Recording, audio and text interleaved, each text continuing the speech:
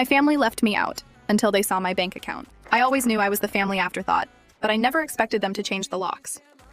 Last November, my older brother, Austin, was planning his dream wedding at this super expensive country club in Austin, Texas. He is the golden child. The guy can do no wrong in my parents' eyes. I, on the other hand, am just a humble software engineer who prefers to keep my head down and work. 2 weeks before the wedding, I got a text from my mom. No, hey, how are you? Just straight to the point. She told me the venue was over budget, and because they needed to cut costs, they had to scale down the guest list.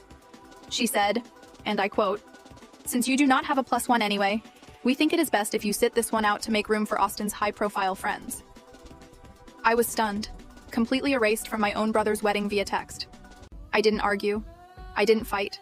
I just replied with a simple, "Understood." Fast forward 6 months. My small tech startup gets acquired by a major Silicon Valley firm. Suddenly, I am sitting on a payout of over $3 million. I didn't change how I lived, but I did buy a beautiful, modern home in the hills. All cash. Somehow my mom found out through a distant cousin. Suddenly, my phone is blowing up.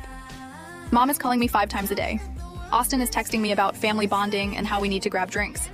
Then comes the real kicker. Mom invites herself over to see my new place.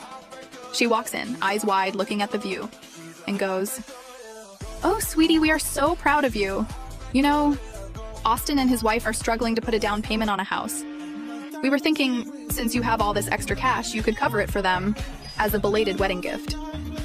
I just looked at her, took a slow sip of my coffee, and smiled. I said, "Mom, since they have so many high-profile friends, maybe they should ask them to sit this one out and pay for the house instead." I walked her to the door, and I haven't taken her calls since.